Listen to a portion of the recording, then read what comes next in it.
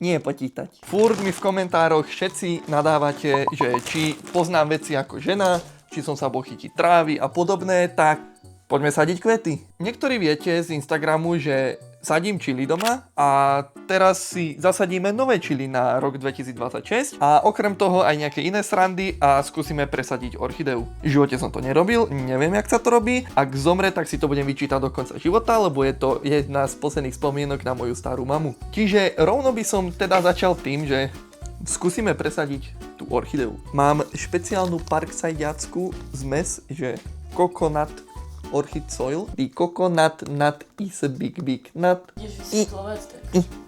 Takže aktuálne orchidejka vyzerá takto. Môžete vidieť, že už jej trošku chýba nejaká zemina, v ktorej by mohla byť a neviem vôbec, či sa to vôbec bude dať. Keďže nepotrebujeme úplne celú túto zeminu, tak som sa pozrel, že jak to spraviť, aby som im použil čo najmenej. A zabudám, že tieto nožnice sú úplne tupé. Čiže celé toto by malo byť na 5 litrov zeminy, ale mne stačí menej ako 5 litrov. Takže plán je taký, že odstrihnem z tohto štvrtinu a budem dúfať, že to bude fungovať. Príliš tvrdé to je na nožnice proste. Tak už to nejde.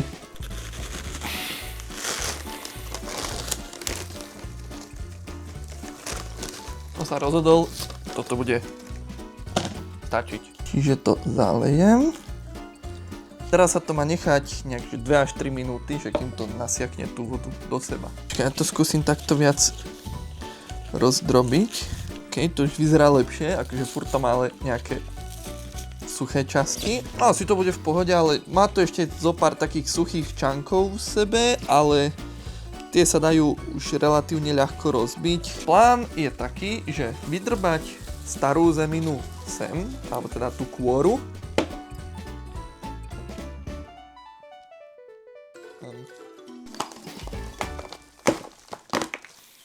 Ja už úplne vidím všetkých ľudí, že čo to pozerajú toto video, že jak môžem byť taký kreten a toto vôbec robiť s tou orchideou. Ono je to o tom, lebo väčšinou tie orchidee proste sa vyhodia po pár rokoch, ale ja tu to nemôžem vyhodiť, takže sa musím proste nejako vynájsť. Kokso som nevedel vôbec, že orchidea má takto korenie.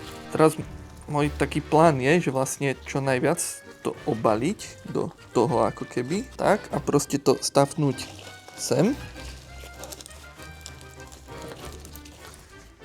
Teraz ten vrch zasypať. Mám inak pocit, že vôbec sme tomu nepomohli. Alebo potom jedine odseknúť z tých koreňov.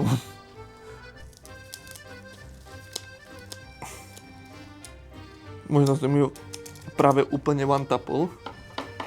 A možno bude šťastná na veky vekov. Napíšte mi do komentu, že či som práve spravil vojnový zločin na orchideu, alebo... No sú teraz dve možnosti. Buď sa bude mať tá orchidejka krajšie, alebo som ju brutálne zavraždil nehumánnym spôsobom. Zistíme o týždeň. A ja jej verím, ona bude silná. Ona to prežije. Poďme teraz na part 2 tohto videa, že si vysadíme jantar a Einfache Schnitt 3. Teda dry. Po nemecky koriander a petržlenová vňať. Toto som takisto, že v živote nesadil. Jediné, čo viem, že tu je 500 rastlín a tu je 250 rastlín. A to je tak všetko, čo viem. A to budeme sadiť sem, do tohto wannabe samozavlažovacieho kvetináča. On má zo spodu 3 diery, môžete vidieť. Vezmeme teraz túto zeminu, tento substrát záhradnícky, čo by mal byť proste... Prečo to je ligotavou onou zviazané na darčeky? Postup bude asi taký, že proste to sem začnem sypať.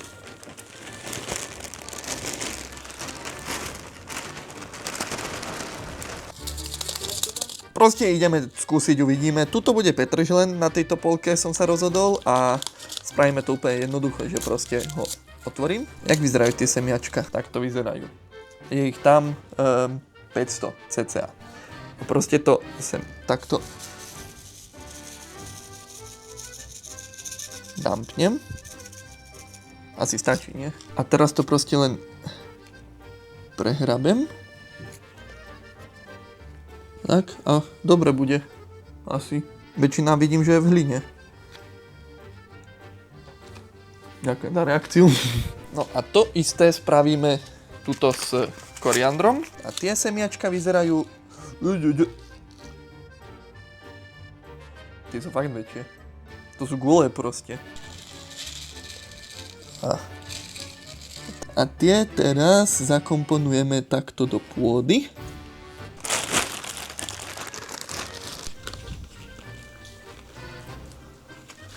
Ja sa len tvárim, že to viem.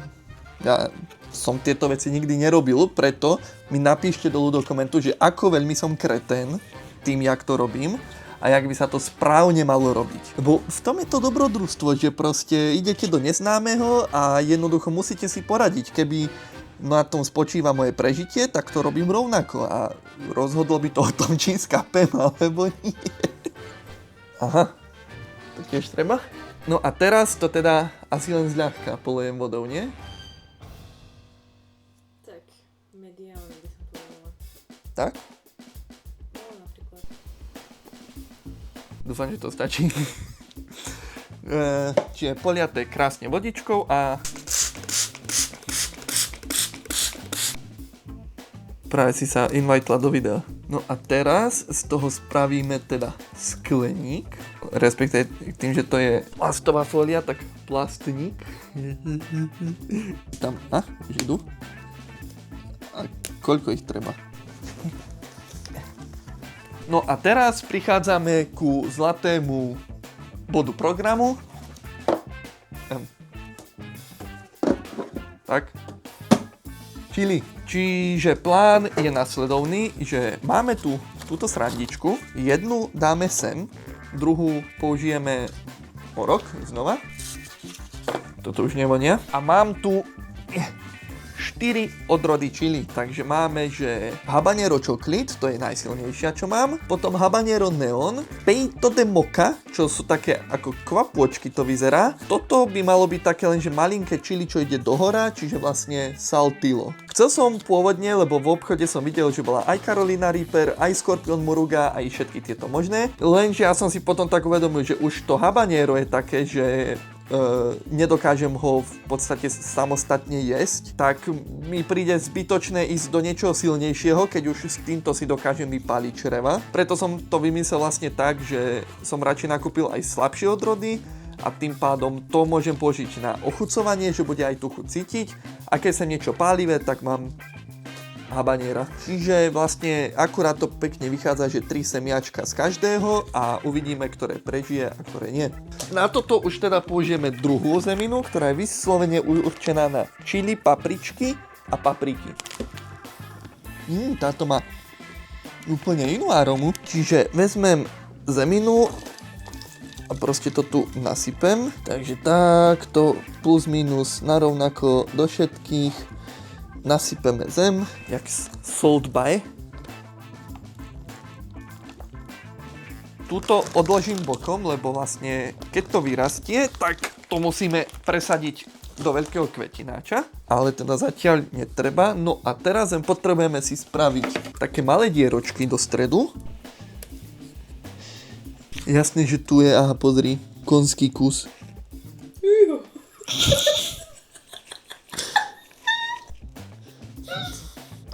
Dámy a páni, moja žena. 1 cm, 1 cm, 1. Á, to bude v pohode. Aj tak potrebujeme len jednu, aby prežila. Teoreticky, ak niekto z kamošov bude chcieť, tak mu môžem podarovať priesady. 1, 2. 1, 2, 3. Na túto som inak najviac zvedavý, lebo vyzerá zaujímavo, taká kvapôčková. To je vlastne Dušanová kvapka, nová príchuť, že čili. 5. Raz. 2. 3. Táto je trošku hlboká, sa o ňu mierne bojím. Inak vraj by sa čili malo sadiť, že tak marci cca. Ja som ho aj koncom februára sadil a vydarilo sa mi. A máme, že polku apríla. A títo majú úplne, že také dokrútené sú tie semiačka, ako keby. Raz, dva, tri. Read me with tri. Teda posledné habanero chocolate, to sa mi inak strašne páči farbou, už len kvôli tomu som ho zobral. Bum. Bum. Výborne. Zahrabať. Dobre, kým si pamätáme, ktoré kde sú, takže čoko. Neon. Chcem si odlakovať? Dúfam, že Dušan nepozerá toto video. Upsík.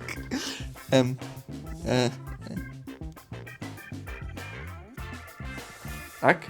A salty. Teraz už zostáva len posledný krok, že vezmete toto. Nastriekate im vodu. Aby mali.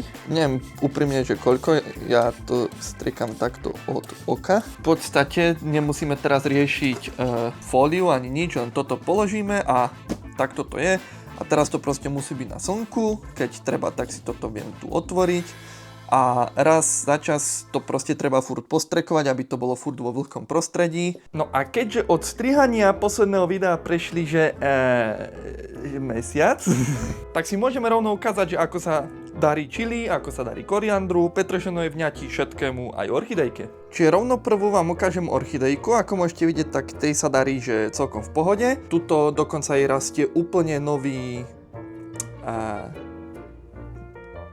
áno, presne to, z čoho budú kvety. Takže orchidejka, chirurgický zákrok prežila. Čo sa týka koriandru a petržlenovej vňati, tak môžete vidieť, že tým sa tiež veľmi krásne darí.